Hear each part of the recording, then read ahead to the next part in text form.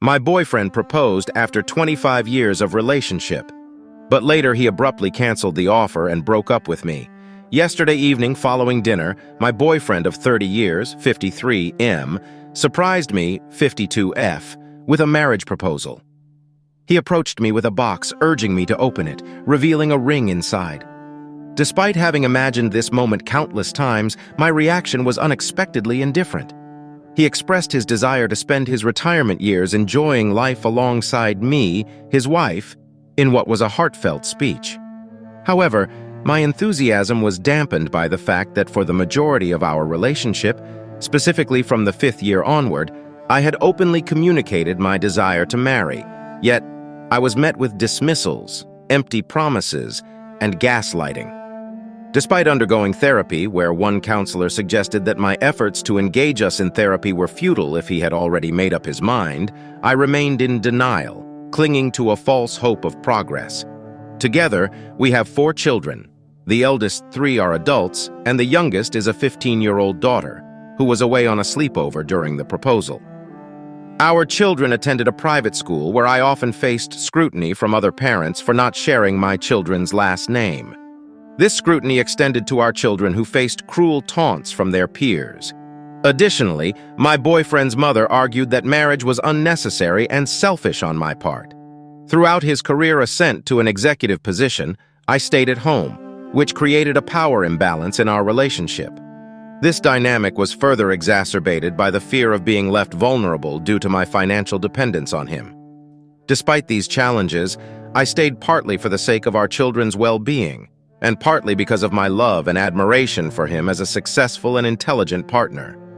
Recently, my boyfriend's career took a significant hit, leading him to accept a severance package and retire early. With his career behind him, he now wishes to live a more relaxed life funded by his investments. His proposal came at a time when I had been contemplating our future together, especially in light of his career's end and his treatment of others.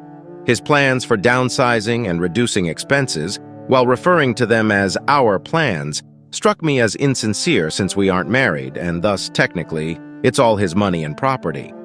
His proposal and subsequent plans led to a tense conversation where I couldn't hide my skepticism, resulting in him accusing me of being a gold digger. This accusation made me question the respect within our relationship, leading me to consider seeking a relationship where respect is clearly defined and present. Am I in the wrong here? Update. Since the disagreement regarding the proposal, my boyfriend and I hadn't spoken. Knowing him well, I understood his gesture of closing the bedroom door before I could enter as a sign for me to sleep in one of the guest rooms, which I did. This morning, however, I decided to break the silence.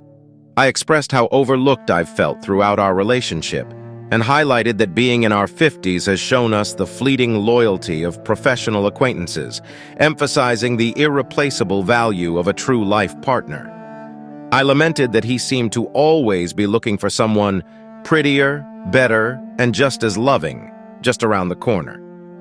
While I apologized for my previous reaction, I made it clear that if marriage was on the table, I needed a clear commitment and to feel genuinely wanted as his wife, without the necessity of a lavish celebration. He listened and then questioned whether my concerns were rooted in financial security. He acknowledged the expectations placed on me as an executive's partner, but countered that I had the option to pursue my own career. He suggested that I didn't fully appreciate the social standing afforded to me through his career success. He clarified he wasn't upset about my earlier response, noting his skin wasn't that thin given his professional background. He stated plainly that I was free to leave whenever I wished, emphasizing that neither of us should feel trapped or manipulated by the other. He concluded by stating the engagement ring was mine to keep or do with as I pleased.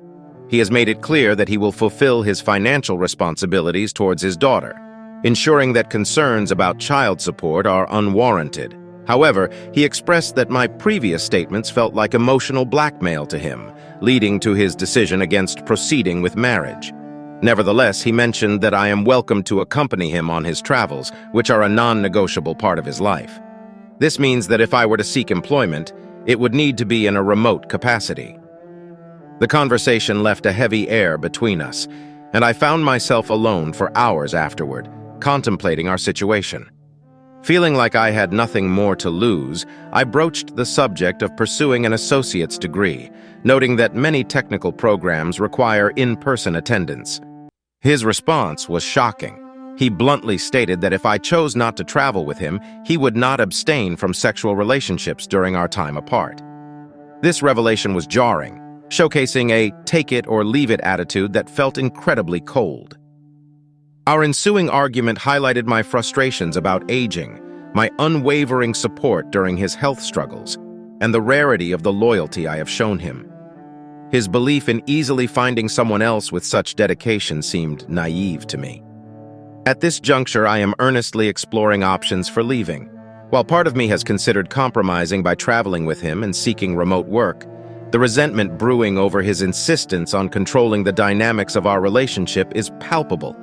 My self-worth remains uncertain, yet a voice within me insists that there must be something better, especially in a partner. Second update. Following the accusation from my children's father that I was attempting to emotionally confine him, I made a conscious effort to respect his independence. I began to carve out a life that demonstrated I wasn't interested in holding him back, taking steps to give him the space he seemed to need. This adjustment on my part came immediately after our pivotal conversation. However, rather than appreciating this gesture, his response was one of hostility. He became increasingly irritable, finding fault in trivial matters such as the pace of my chores and how I managed the finances he provided, even going as far as to drastically reduce my allowance. During a heated exchange, he demanded the return of the engagement ring. Taking advice from comments on my posts seriously, I resolved to stand my ground if he pressured me to leave our home.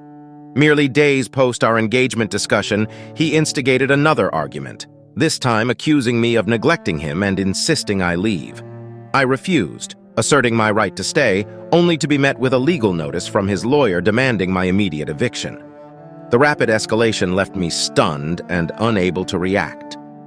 My children were divided in their opinions, oscillating between disbelief in their father's intentions and advising me to consider leaving. However, the situation has now escalated to a formal eviction process in court. In seeking legal assistance, I encountered a disheartening response. The legal advisor's indifferent attitude suggested that my role as a mother and partner offered no shield against eviction. Amidst this turmoil, I've been applying for office jobs, buoyed by friends' encouragements to remain hopeful despite potential rejections. My adult children have urged me to apply for SNAP benefits, though I've hesitated due to a sense of shame. They reasoned that if their father and I were no longer cohabitating, I could receive government assistance in obtaining child support. My grown children, wary of upsetting their father, have offered limited support. My eldest suggested a nighttime position at a gas station and promised more help upon graduation. Despite a promising interview for this job, I was ultimately rejected, a blow to my morale. Nonetheless, I remain optimistic, continuously applying for both remote and in-person positions that promise training for the right candidate. I sense that my boyfriend expects me to plead with him, possibly believing it might lead him to withdraw the eviction lawsuit. However, I'm uncertain about this approach or its potential efficacy. For now, I'm focusing on maintaining a semblance of normalcy in my corner of the house, treating the job application process as my current employment. This concludes my update for now. Despite the uncertainty and challenges, I hold on to hope and strive to preserve my dignity amidst these trying times. Now I will answer your most interesting comments. Commenter asks if I talked to a lawyer about common law marriage. My answer: the woman at the legal aid place I visited said there's no hope of me making a common law claim because it's Arkansas. And because around the time my second was born, my boyfriend made me affirm in writing that despite living together, we are not married, not holding ourselves to be married, and I should not expect him to give me any support, besides support for minor children, if we break up. Unless, of course, we did end up marrying and registering a marriage with a state, which he promised at that time to consider.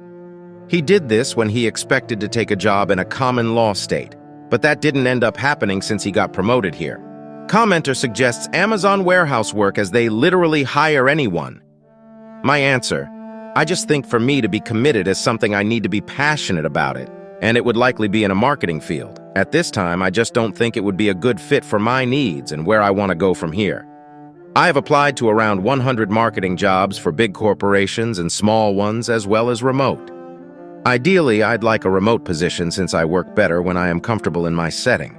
My skills of competency are mostly around marketing and maybe something like investor relations, which my boyfriend's sister was in for around 8 years before she got married and changed to another role. I love creating beautiful imaging and speaking to people, even if they are strangers. I know it doesn't come off that way because I've been through a lot emotionally lately. I don't think I would be a personality fit around tradespeople. We would likely have nothing in common ever, and they run the gamut in terms of background that made them choose trades over an office job that climbs the corporate ladder. Commenter provides some temp suggestions. My answer? Thanks for the suggestion. I have been up and applying for more jobs again, but was hoping to have a job where I wouldn't necessarily have to be in person because I still have a 15-year-old at home. She turns 16 soon, and her dad promised her a car, but he's known to retract or delay gifts, so I don't know. I am also concerned because a lot of parents who send their kids to daycares are often the ones who go to work sick, and then their kids are also sick and are sent to daycares. I don't have the best immune system and have suffered from health issues and sensitivities as of late, so I do not want to get something and worse to pass it on to my daughter. His former colleagues sent him a letter, unsigned, saying how they were glad the board of directors pushed him out. He wants to leave the country soon to travel. I don't think he cares. Some of the women in my group have heard my story and either said they support me but cannot do so employment-wise or reputation-wise, or gave me coupons for blowouts and Botox, and then after I continued to show how desperate I was for help, they have been planning events without me. What should I do in this situation? Write in the comments. Subscribe to the channel. Love you.